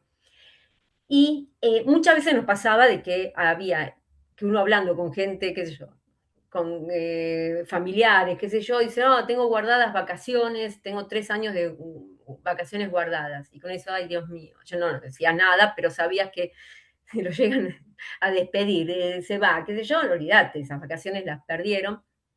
Pero bueno, como que por un lado iba la realidad en algunos aspectos vinculados a las vacaciones y por otro las normas que en esto eran como que son bastante acotadas o más rígidas. en materia de vacaciones, el propio 14 bis, ¿no? Habla de las vacaciones. Nosotros en la Argentina tenemos ratificado un convenio de la OIT, que es el 52, en materia de vacaciones, que establece que el mínimo de vacaciones que pueden tener las personas es un convenio de 1936, es antiguo, que el mínimo de vacaciones son 6 días hábiles, ¿sí? Hay un convenio posterior, que es el 132 de la OIT, que establece que toda persona que trabaja tiene derecho a por lo menos 3 semanas de vacaciones, pero claramente ese no está ratificado por la Argentina. Con lo cual, el único ratificado es el convenio 52, que habla de como mínimo 6 días hábiles de vacaciones. Bueno, no me voy a meter más con el convenio porque tiene algunas particularidades, pero no voy a decir nada. Vamos a las modificaciones. ¿Qué dice el 14 bis? Licencias y vacaciones pagadas, ¿no? Expresamente está reconocido este derecho y está regulado en los artículos de la Ley de Contrato de Trabajo. ¿Qué cambió la 27.802? Le hizo modificaciones al artículo 154 de la Ley de Contrato de Trabajo. Entonces, fíjense que el artículo de vacaciones va a introducir 4 cambios, que ahora los vemos. Esperen que lo busco acá, que para mí es más práctico del texto de la ley.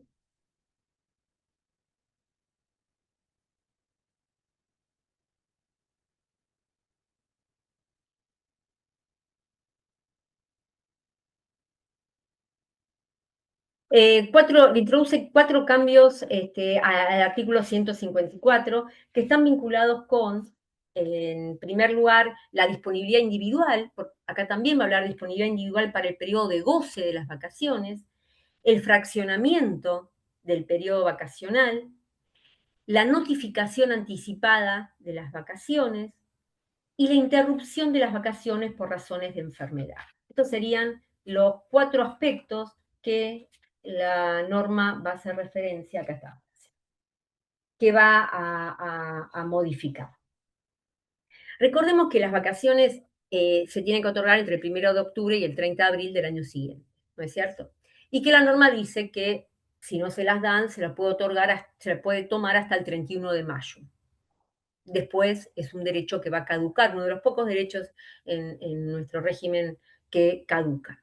Bueno, en ese contexto, la norma admitía la posibilidad de fraccionar las vacaciones, de guardarlas para el periodo siguiente hasta un tercio. Esto estaba previsto en la norma, ¿sí? Uno puede fraccionar y guardarse un tercio para el periodo siguiente. Pero cuando hablaba de vacaciones, te quedabas con los 2 tercios restantes, esos había que tomarlos, no estaba previsto que se distribuyan, que se fraccionen esa cantidad de días que uno tiene. Tenía que tomarlas. En la práctica se hacía, posiblemente en empresas con una persona que tenía muchos años de antigüedad, con 35 días de vacaciones, se iba tomando, pero no era lo que estaba previsto en la ley. ¿Qué establece ahora la norma? Bueno, va a permitir que las partes pacten, si bien no lo dice por escrito, pero les diría que es fundamental que sea por escrito, aunque la norma no lo diga, pero dice que por acuerdo individual las partes pueden modificar la fecha de otorgamiento de las vacaciones, en primer lugar. No lo impone la forma, pero yo les digo, como en materia de jornada sería muy importante que lo hagan de mutuo acuerdo. Dice, las partes podrán de mutuo acuerdo disponer el goce de vacaciones fuera del referido periodo. Acá ya no están acotados entonces a tomárselas del 1 de octubre al 30 de abril, o hasta el 31 de mayo, sino que por escrito, diría yo, no lo dice la norma, es por escrito, pero las partes pueden acordar que sea en un periodo distinto. ¿Antes esto estaba previsto? No, solo estaba admitido para la empleadora, previa autorización administrativa, podía solicitar otorgar vacaciones en otra época por razones funcionales. Ahora, en cambio, abre la puerta para que con cada trabajador se puedan pactar fechas distintas de otorgamiento de vacaciones. Obviamente,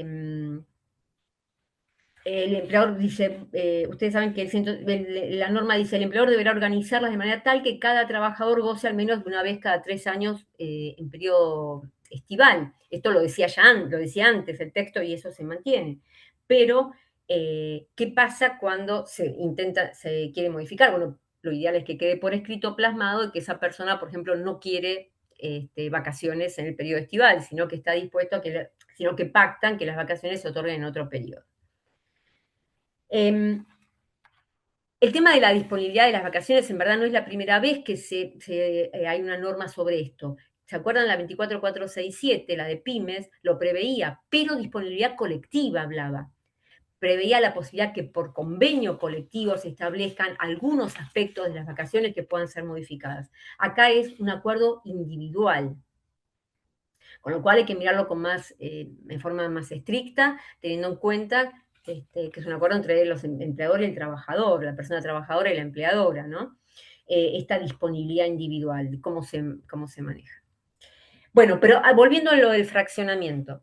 Además de esto, la norma lo que prevé es la posibilidad que se fraccionen los días de vacaciones con un mínimo de 7 días por vez.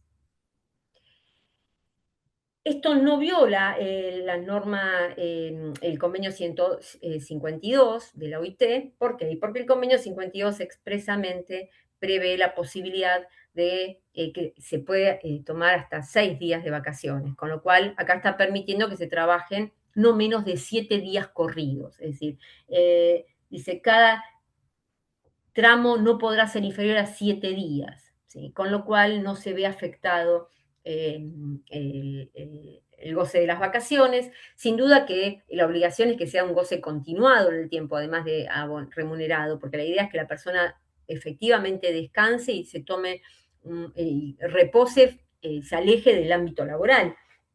Pero bueno, la pauta es 7 días como mínimo, de manera tal que aquellas vacaciones, si una persona tiene 35 días, a lo largo del año en el cual tiene derecho para tomarse las vacaciones, puede fraccionarlo en 7 y pasar para el año siguiente solo un tercio. Esto para alguien que tiene 14 días ni se nota, porque en todo caso lo divide en 2 días, en dos tramos y se toma 7 días y 7 días. Pero pensemos en aquellas personas que tienen mucha antigüedad, la ley mantiene la posibilidad de pasar para el periodo siguiente un tercio de las vacaciones y el resto de las vacaciones puede fraccionarlas en plazos de hasta 7 días. ¿Qué pasa con la notificación, que es otro cambio que se introduce en materia de vacaciones? Fíjense que la norma establecía con anterioridad que había que avisarle con 45 días de anticipación, había que notificarle al trabajador el otorgamiento de las vacaciones. 45 días antes, decía la ley. Ahora lo redujo. Y ustedes van a ver que el texto de la norma va a decir: la fecha de inicio de las vacaciones deberá ser notificada por escrito al trabajador con una antelación no menor a 30 días, sin perjuicio de que los convenios colectivos podrán establecer sistemas diferentes conforme a las particularidades de cada actividad. Dos cosas. Primero, en verdad la reducción de 45 a 30 días, yo en verdad no le encuentro mucho sentido. Máxime teniendo en cuenta que todos sabemos que cuando una persona se va de vacaciones necesita organizarlo con tiempo. Entonces, no veo perjuicio para ninguno, digamos, para la empleadora, de notificar con 45 días como era antes. Es decir, ahora está permitiéndole que, si bien es cierto que por el poder de dirección es la empleadora quien organiza y dirige la empresa y por ende es quien dispone la fecha de las vacaciones, ¿por qué disminuir a 30 el tiempo de anticipación con el que tiene que informarle a la persona trabajadora de que se va a tomar las vacaciones? Ya 45 es medio corto para organizar unas vacaciones, porque muchas veces si hay familia, organizarla con la otra parte, organizar con los hijos. Bueno, con lo cual no le encuentro un sentido, no entiendo por qué se redujo a 30 días. Pero dice, sin perjuicio de que las convenciones colectivas pueden establecer sistemas diferentes. ¿A qué llama sistemas diferentes? Porque acá estamos hablando de la cantidad de días con que hay que notificar por escrito el comienzo de las vacaciones. No entiendo a qué se refiere cuando dice, sin perjuicio de que los convenios podrán establecer sistemas diferentes conforme a las particularidades de cada actividad. No sé a qué sistema diferente se puede estar refiriendo. Ahí me perdí con el texto de la norma. Con lo cual, no tiene, no, verdad, no entiendo por qué se redujo la cantidad de días para notificar. Y el último punto, a ver, correo electrónico, dice. La forma de notificación, no entiendo, o es para mí o no era para mí eso. ¿Sí? La forma de notificación, sí. En verdad tiene que ser por escrito. Un correo electrónico podría ser una forma de notificación, el comienzo de las vacaciones.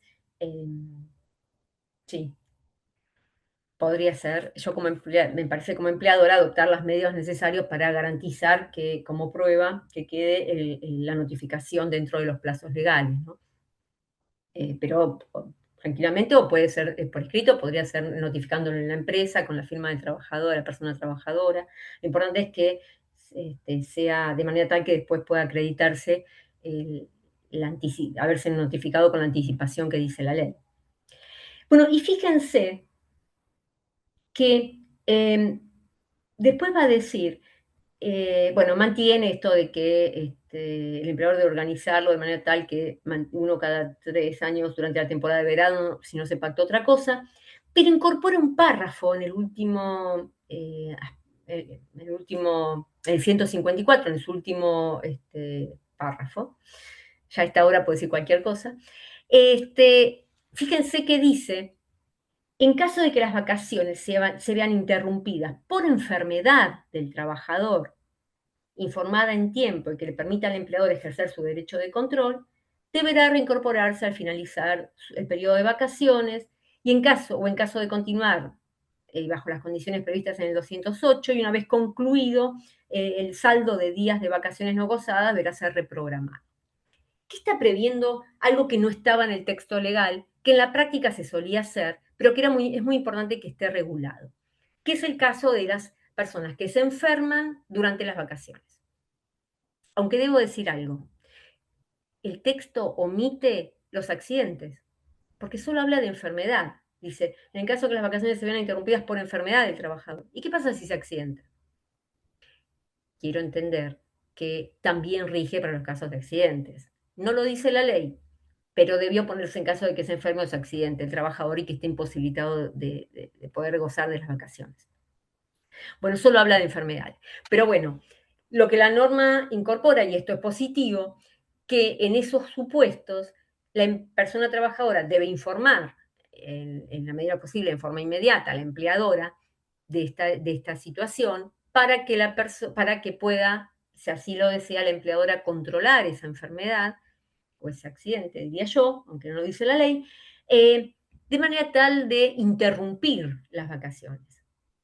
La interrupción de vacaciones hasta tanto esté en condiciones de retomar o bien el goce continuado de las vacaciones, o si sigue enfermo más allá del plazo en que vencían las vacaciones, bueno, ahí sí menciona el 208, y ahí entraría a jugar la licencia del artículo 208 de enfermedades inculpables o accidentes inculpables.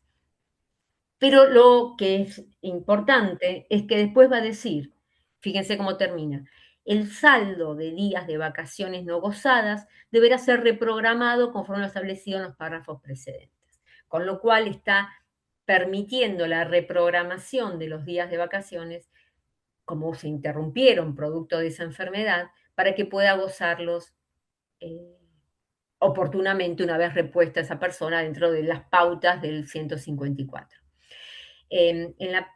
Ustedes me podrán informar mejor que yo, pero en la práctica yo nunca vi inconvenientes vinculados con estas situaciones, porque en general las empresas lo hacían, pero es positivo que ahora esté plasmado por escrito la interrupción de las vacaciones en estos supuestos, lo que pasa si sigue enfermo y qué pasa con los días que se vio que no pudo gozar de vacaciones producto de la enfermedad. Así que eso es importante que esté incorporado en el texto legal. Bien, estos son los cambios que se introducen en materia de vacaciones. Sí, doctor Schneiderman. Funciona porque el artículo habla de que el empleador pueda ejercer el derecho de control. Y si estamos por ahí, si estamos en una situación de vacaciones y el trabajador está en otra jurisdicción, habría que ver cómo el empleador interpreta si está obligado a garantizar un control, si es que lo quiere ejercer, por supuesto, en la jurisdicción, en el lugar en el que se encuentre el trabajador, o si el hecho de no poder ejercerlo no juega en contra del trabajador. Sí, yo creo que no puede jugar en contra del trabajador porque nada obsta que pueda estar en Brasil y que esté imposibilitado de que se enferme y que pueda avisar esta situación. Lo que creo que hoy la tecnología nos permite puede ser, digamos, evitar un mayor conflicto porque nada obstaría que sea una videollamada con un profesional médico Claro. para que pueda verificar o una videollamada con el empleador acompañando el certificado médico de la guardia en el que haya ido. Es decir, esto no está previsto en la norma, pero me parece que podría de todas maneras ejercer el control del 210, digamos, el empleador respecto de la enfermedad de la persona trabajadora. Imagino que se va a llevar a cabo de ese modo, ¿no? Bien. Bueno, más o menos creo que vimos, me apuré al final porque pensé que no llegaba, con las últimas, las modificaciones en materia de vacaciones. Porque en lo demás es exactamente igual, no, se mantuvo todos los aspectos vinculados a las vacaciones, así que no nos vamos a meter con hablar de vacaciones porque es algo que, bueno, sigue el texto tal cual estaba antes establecido. No sé si alguien quiere preguntar, comentar algo, decirme.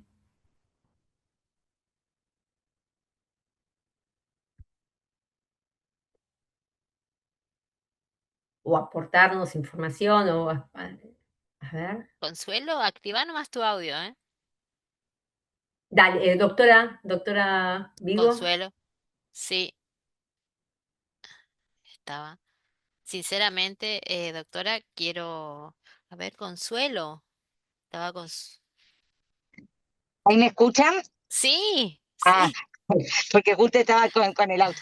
No, muy interesante, doctora, la charla.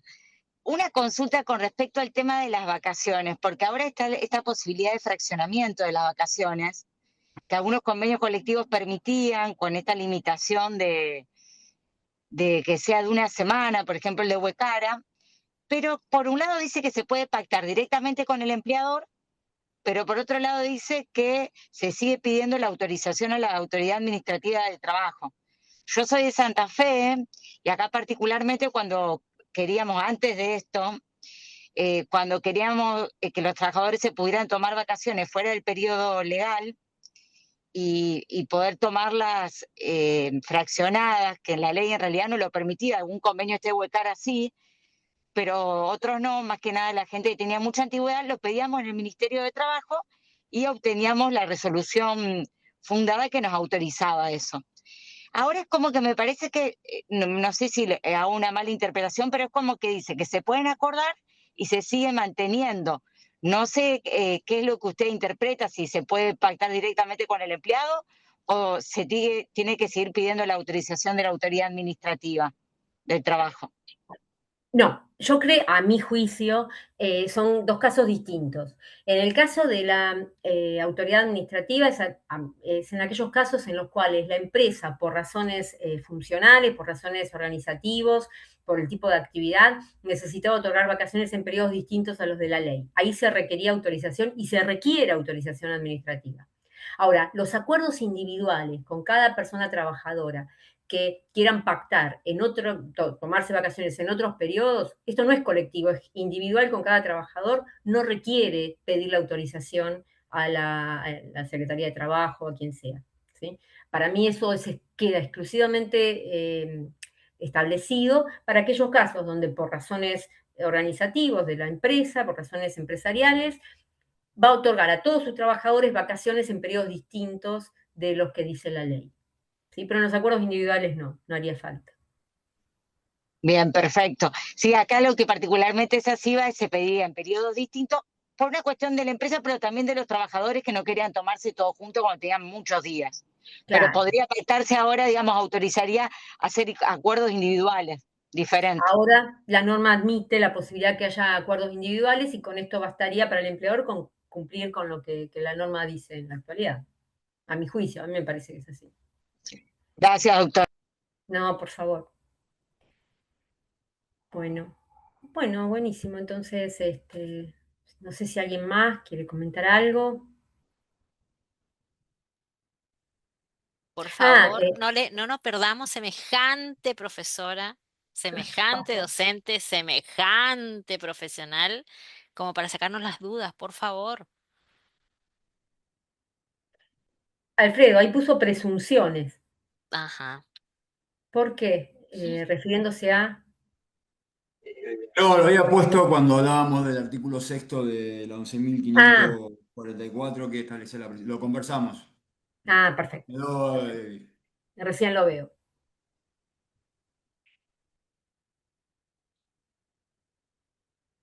Empresa que pasa por encima que indican los convenios, tiene que ser valorado, por supuesto. Sí, por supuesto, obviamente. Muy bien. Afirmado por el empleado para que establezca. Bueno, creo que más o menos vi todas, ¿no? Si alguien me mandó algo y no me di cuenta o alguna pregunta, me avisa.